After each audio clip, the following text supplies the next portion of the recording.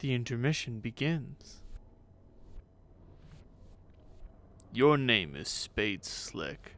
You're the leader of a notoriously vicious gang of mobsters called the Midnight Crew. Our rival gang, known as the Felt, recently knocked over one of your favorite casinos.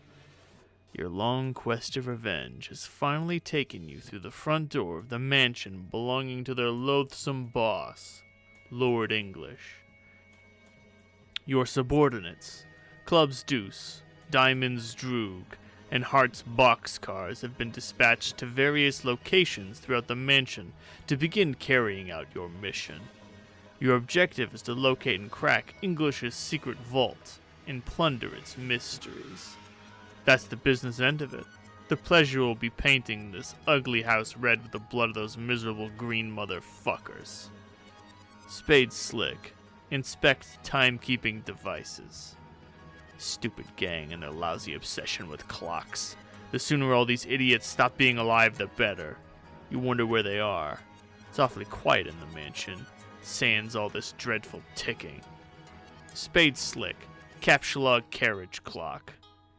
You obviously have no idea what that means. If it's some smart-ass way of saying to pick it up, forget it. You're already carrying an item. Your trusty deck of cards, of course. Spade Slick. Build fort with clocks.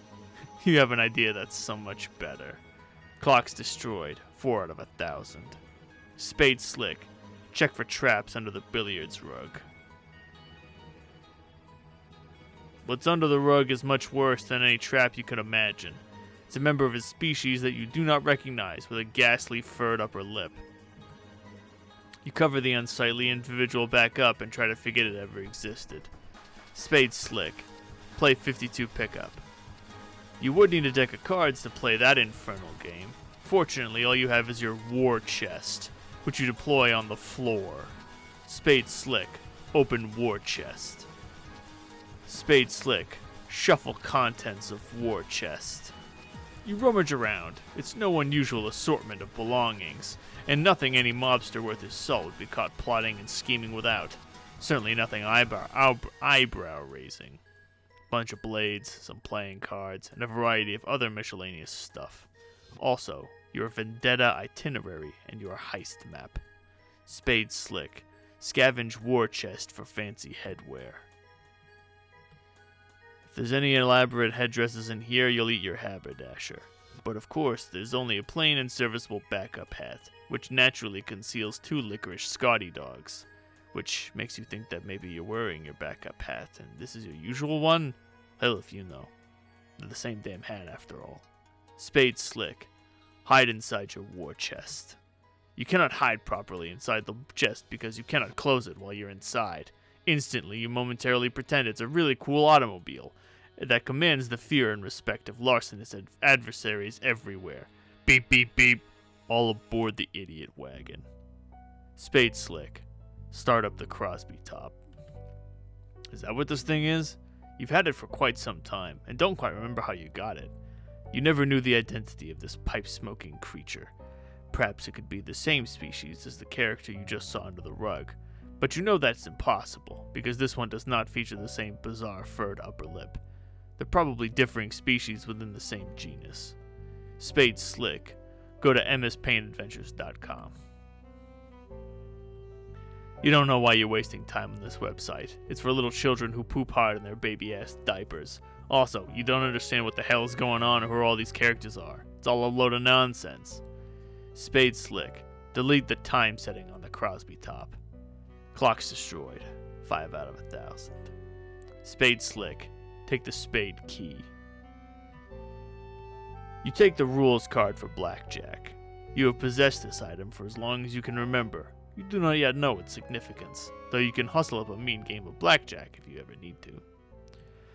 The object of blackjack is very simple: to achieve a total that is greater than the dealer, and which does not exceed 21. Even if the other players are present at the table, the dealer is your only actual opponent in the game. There are relatively few decisions to make when playing blackjack. You must consider your cards and your dealer's cards, and remember, if you go over 21, you bust, and if you bust, you lose. Play progresses as follows. A card is dealt face up to each player in turn, and then one to the dealer. The dealer's card is face down and called the hole card. A second card is then dealt, again face up, to each player. Starting from the player to the left of the dealer, each player decides whether to draw further cards. After all the players have completed their hands, the dealer proceeds to draw cards and complete the dealer's hand.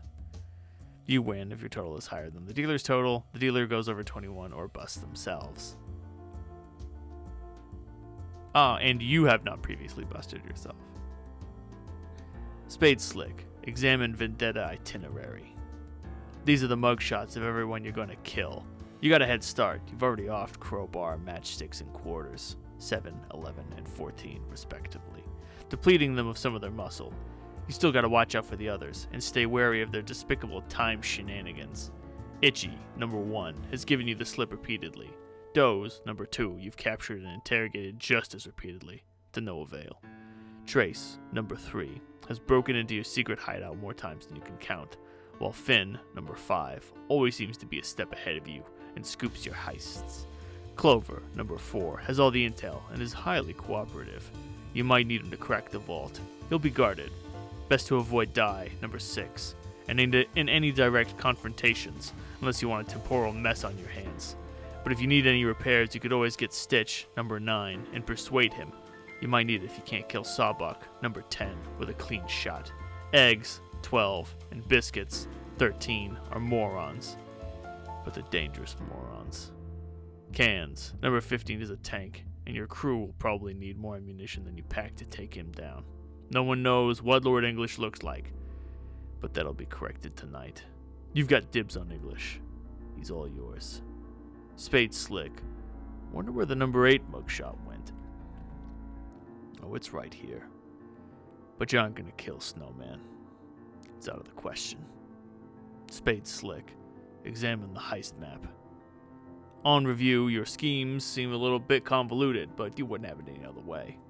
Deuce and Droog split up to neutralize as many felt as they can find. Your heavy muscle and expert safecracker Boxcars is headed straight down to the vault. Okay.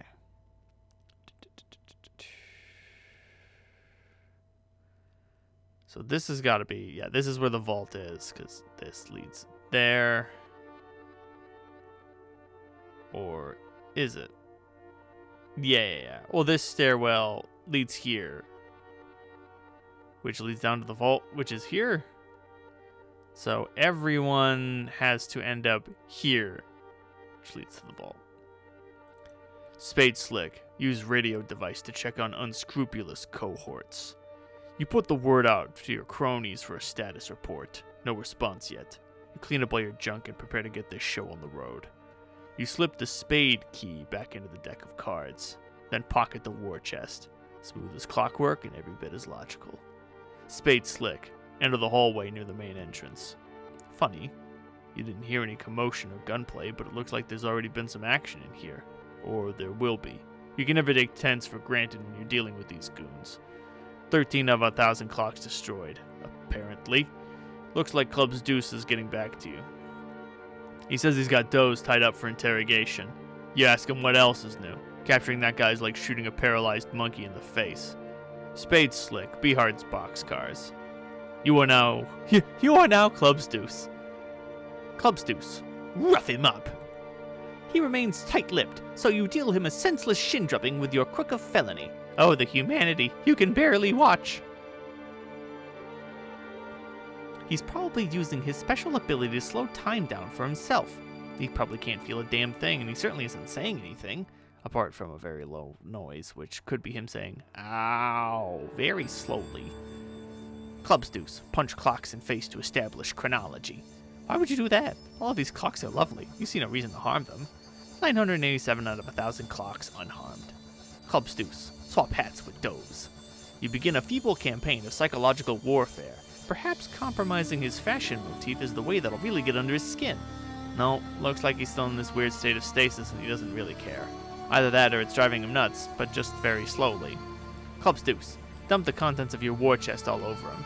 War chest? What are you talking about? All you've got is this simple, unassuming deck of cards. Club's Deuce. Play some solitaire. Don't be stupid. To play solitaire, you need a deck of cards. And I don't see the deck of cards, do you? All I see is your battle drobe. Club's Deuce. Throw the hat down and stomp on it mercilessly. Oh no, it's Itchy, and it looks like he's all wound up. He unties Doze and quickly swaps everyone's hats all around. Doze proceeds to make a fleet-footed getaway. The chase is on. Spade Slick. Spade Slick, stop being Heart's boxcars.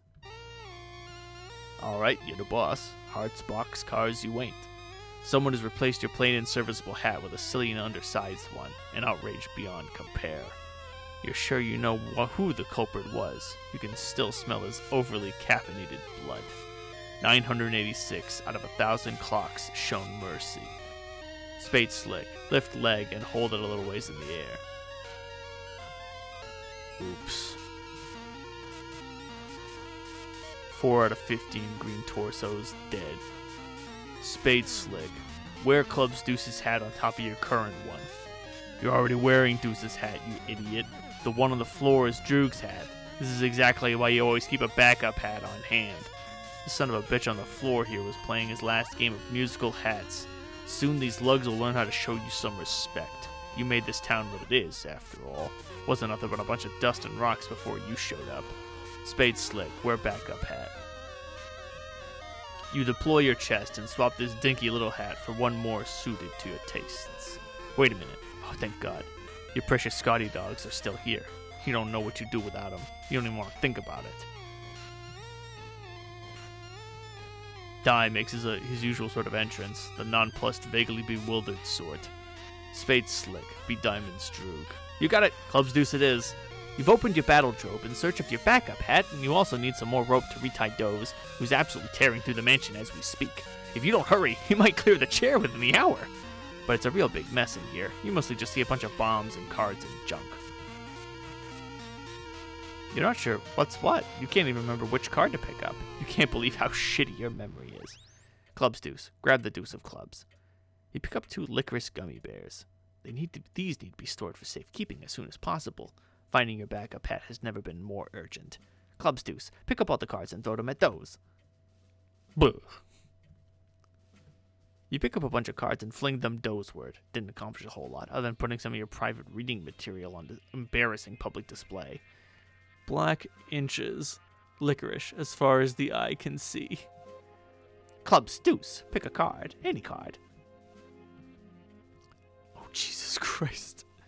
You're a busy guy, so you just pick up any old thing and put it on your head. Since you're still in a bit of a hurry, you'll assume that it's just your backup hat. You stand near the 2 remaining cards on the floor, an off-suited king and a jack. Clubs Deuce, pick up a card depicting stately blonde-haired fellow. You're not gonna stand around Jack King all day, so you grab the Jack of Diamonds. Oh, here's your backup hat. Problem solved, you guess. Clubs Deuce, forget your Clubs Deuce. Believe you are Heart's boxcars. You suddenly remember you are Diamond's Droog.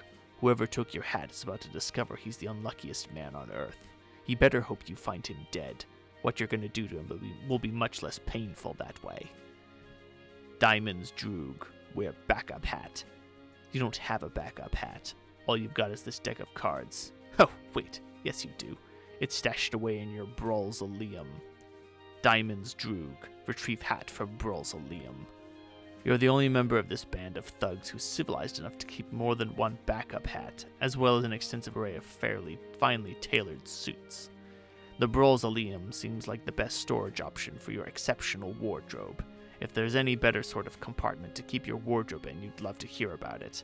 Also, there's a shitload of guns and cards in there too. You put on a backup hat. Diamond's Droog, withdraw licorice fish from backup hat. Your Swedish fish are still here. This is why it's a good idea to always store your candy in your backup hat rather than your usual one. Other members of your gang have learned this the hard way, and they're finally starting to catch on. Suddenly you get cold clocked in the face from the future. You know the knuckles belong to that. You'd know the knuckles belonging to that sucker punch anywhere. Trace always knows where you've been.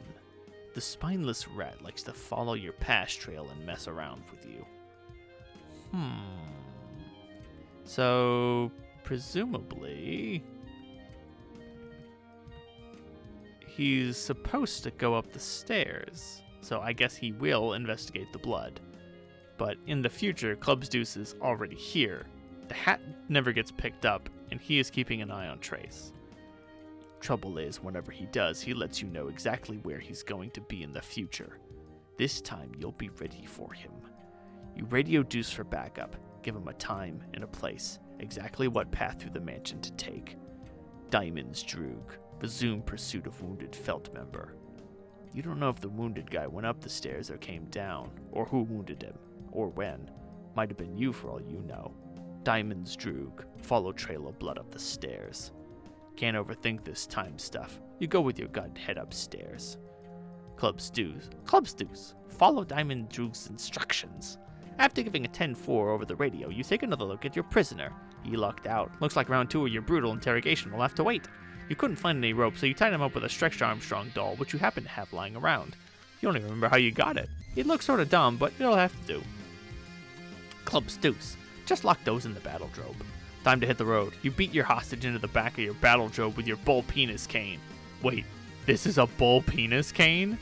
You flip the fuck out over the fact this is apparently a bull penis cane. Meanwhile, running roughly parallel with present events,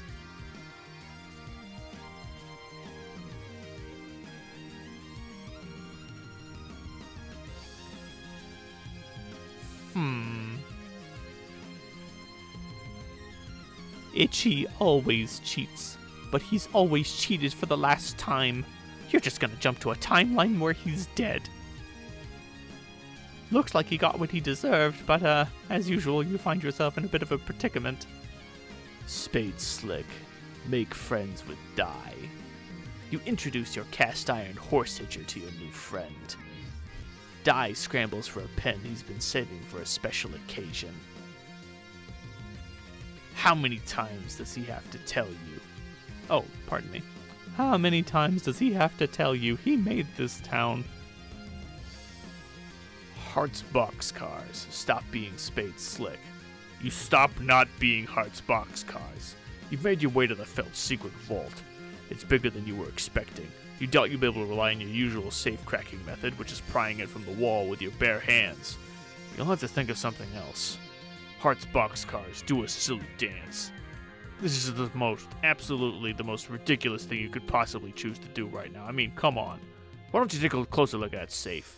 Seriously, knock that off. Heart's boxcars, pry the wall from the safe. That notion is even more ridiculous than the last thing you thought of. Wait, who are you kidding? No, it isn't. Looks like the combination to the safe is entered via the hands of the clock, and you somehow doubt spinning the hands around manually is gonna cut it. Knowing these guys, you gotta alter the flow of time itself to make it work properly. Which of course is bullshit. You think you'll just blow it up instead. Time to get Deuce on the horn. Heart's boxcars. Deploy punch box. You deploy your wrath tub.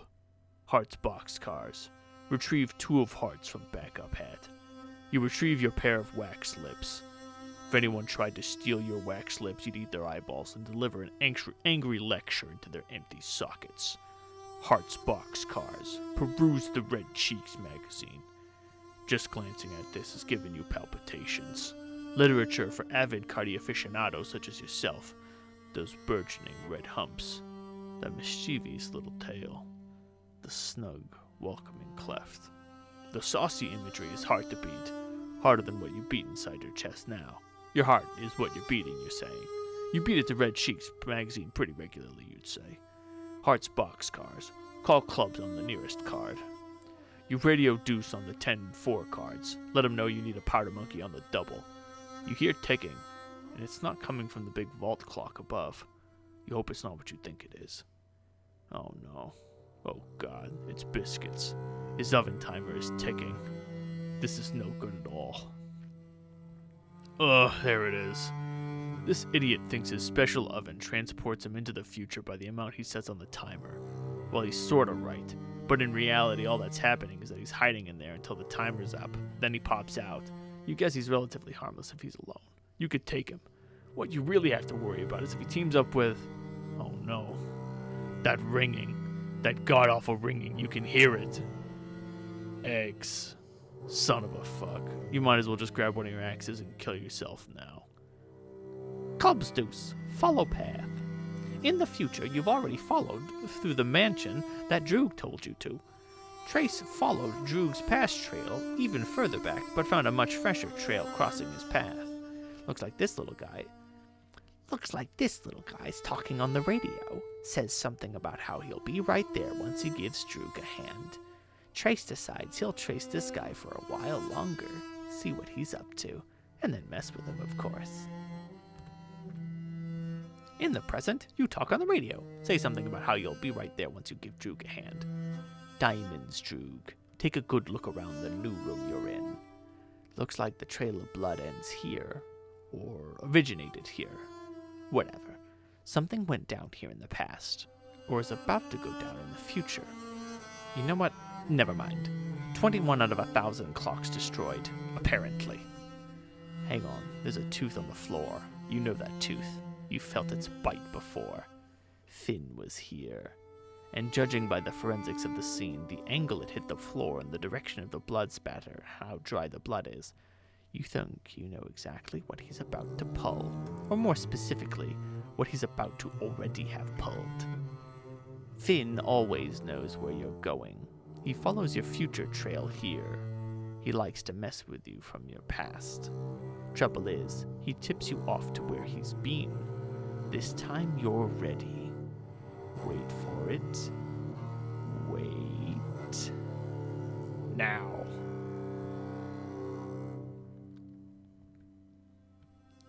Predestined bullet holes are convenient. Gives you something to aim for. 7 out of 21 clocks re-destroyed. Spade Slick. Rematerialize. That doesn't make any sense. You never went anywhere. And Dai realizes there's a cost to settling the score with you in this way. The cost is having to live in a desert amidst the ruins of a dead civilization for the rest of his life. He thinks that's pretty stupid, so he just pulls your pin. Spade Slick. Help the Green Man live up to his name. Spade Slick. Take Voodoo Doll. You grab his voodoo doll and stick his pin in there for good measure. Might as well keep track of everyone you off this way, too. Not that you intend to abuse its power to settle your score. What's the point if you're not going to get your hands dirty? Still, it might come in handy down the road. Lord English is supposedly indestructible. He's rumored to be killable only through a number of glitches and exploits in space-time. The doll may ultimately help you work the system if it comes to that. Spades Slick. Clocks. Destroy him. 29 out of 1,000 clocks destroyed. 5 out of 15 green torsos dead. Diamonds Droog. Follow blood trail downstairs and finish him off. Problem with that is he'll just see your future trail following him, and there'll be nothing but a loud invitation for him to mess with you some more. Besides, better to leave him alive. You think you know where he'll lead you to. You've just got to be a little more subtle about tracing his blood trail. Keep your future trail out of his line of sight. Spade Slick. Return to being Heart's boxcars. Spade Slick cannot be returned to being Heart's boxcars because he's obviously Diamond's Droog, is too busy being Club's Deuce. You just watched Trace throw a punch into thin air for some reason. That guy's awfully silly. He then skulks off somewhere else. You don't realize he's following Droog's past trail through the mansion until he gets to the point where it intersects with your trail, at which point he'll start following you. But we all realized it because it's obvious and couldn't possibly be more clear. Club's Deuce. Implement nefarious scheme.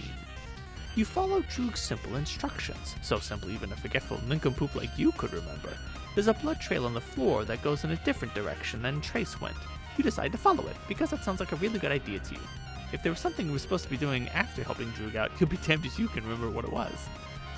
Trace catches up to where you were, but you're already gone. All he sees is the long, gross, rubbery arm of your past trail stretching off through the room. He finds his comrade tied up with the stretchy rubber arms of a small man, but there's nothing gross or unpalatable about that in the least. Oh, I should have read that in Trace's voice. Trace catches up to where you were, but you're already gone. All he sees is the long, gross, rubbery arm of your past trail stretching through the room. He finds his comrade tied up with the stretchy rubber arms of a small man, but there is nothing gross or unpalatable about that in the least. Doze unslows himself and begins mumbling something feverishly, something about his hat. Oh. The future. 7 out of 15 green torsos dead. 107 out of 1,000 clocks destroyed.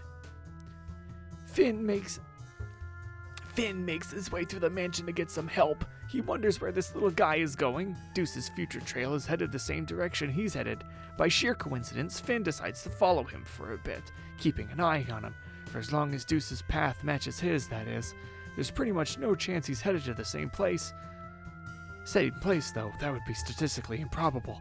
He's got no idea what these other goons are up to here. Funny, their future trails end right here. He's not going to stick around long enough to find out why. He's a bit too woozy from the blood loss to sort out this mess anyway. Clubstoos, follow the blood red road. It's uncanny. This little guy's matching Finn's route every step of the way. He must know something. Finn decides he's got to take him out. But he can't get a clear shot. Too dizzy. With all that C4 under Deuce's hat, firing would be a very bad idea. My God, he's thought of everything. We're clearly dealing with a criminal mastermind here. You stop to admire this gorgeous clock. It's so pretty. Too bad it's not ticking like many of the clocks in this place. Not that you can blame them. There are so many clocks in this mansion. It would obviously be impractical to make sure they were all working properly. Oh look, a trail of blood. You think you'll start following it. Hart's boxcars. Waste exactly 4 hours on this tomfoolery. You hate time travel. You hate time travel. You hate time travel. You hate time travel. You hate time travel.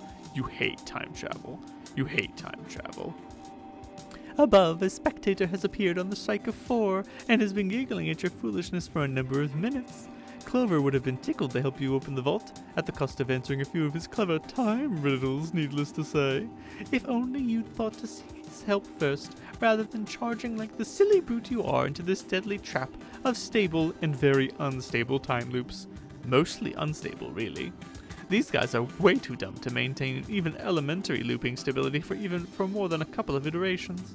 If you weren't so preoccupied, Clover could tell you they could use Crowbar's help to pry anything out of a time loop, stable or otherwise. If you weren't so preoccupied, and if you weren't so dead. Stitch mutters to himself in his shop. He guesses eggs and biscuits are roughhousing again because the fabric of space-time is tearing something fierce on Lord English's Cairo overcoat. This sort of thing is exactly why he keeps a backup coat and always leaves Stitch with one of them. Any gang does well to have an in-house doctor on hand, but if you deal in time travel, you better have a damn good tailor too. Hart's boxcars. Call Spades for backup. You tell Slick to get his scrawny ass down to the vault pronto. It's goddamn bedlam down here. You tell him you ask Deuce for backup, but surprise, surprise, he's nowhere to be found. Big surprise, you tell him. You tell him that was sarcasm. He says he knows. Slick says he'll be right here.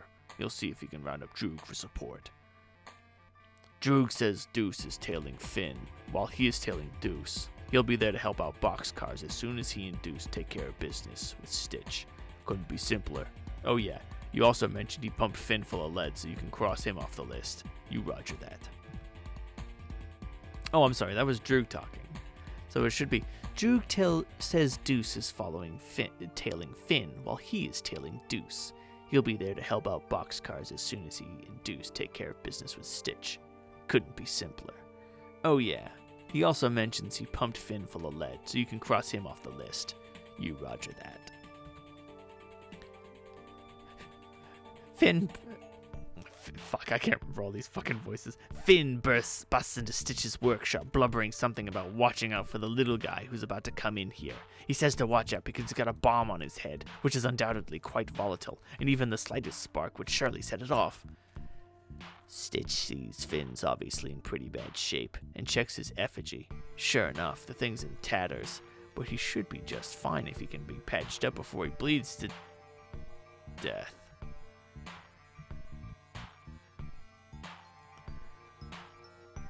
Eight out of 15 green torsos dead. Clubstoos burst in, thrusting ball penis cane. Everybody out of the goddamn way. You got a hat full of bomb, a fist full of penis, and a head full of empty. Stitch says, drop the livestock knob and settle the hell down. He says you do realize C4 is a stable explosive and won't detonate with gunfire, right? You say, oh. Diamonds, Droog. sneak into Stitch's boutique. Drop it and get in. Don't bleed on the suits. Stitch says, huh? You admit the thought of carrying an imprisoned tailor wherever you go is gratifying for personal reasons, but in this case, keeping him alive would be useful in dealing with English later. Hart's boxcars prod idiots with red cheeks. This predictably accomplished nothing. Taking your smut out of hiding turned out to be a very, very bad idea. Now copies from the future are appearing left and right, and these clowns have their paws all over it. Slick, where the hell are you?